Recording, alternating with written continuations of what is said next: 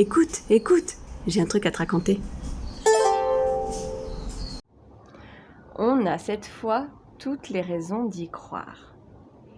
Les doutes et le stress qu'on a pu avoir pendant le confinement s'estompent petit à petit, même si une des deux familles par moment est hésitante.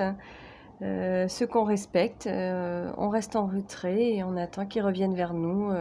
Et en général, ça se fait très rapidement. Donc, c'est juste une rythmique.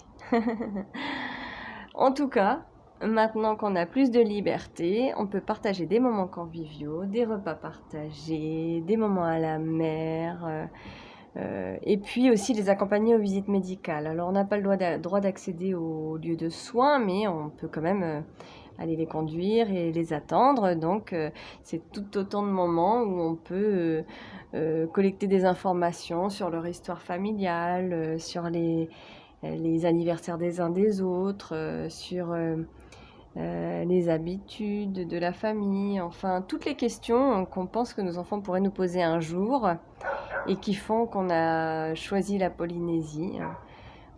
Voilà, parce qu'on se dit que voilà, un jour on pourra répondre à toutes leurs questions, alors que quand on adopte ailleurs, c'est pas toujours le cas. C'est même rarement le cas.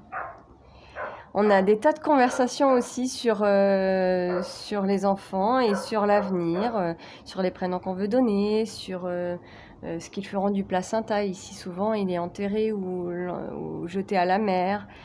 Sur le pitot, le cordon ombilical, qu'est-ce qu'on en fera.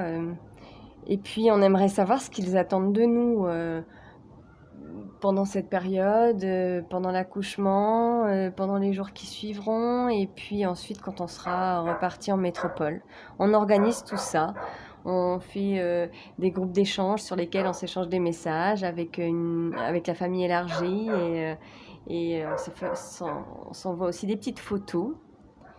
Et puis on projette de revenir dans quelques années, de garder le contact toujours. Et puis nous, on aimerait bien leur envoyer un livre photo par an. En fait, on a rencontré une maman biologique qui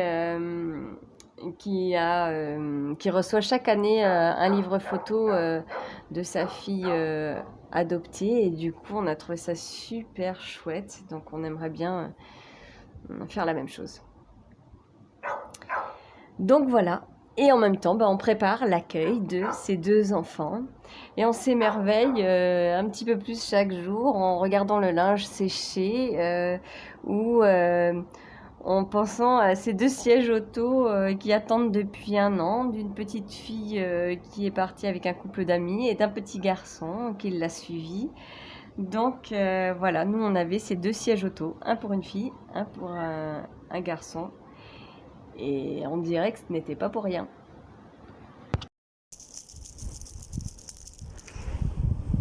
Ça m'a fait super plaisir de te parler. Merci et à bientôt.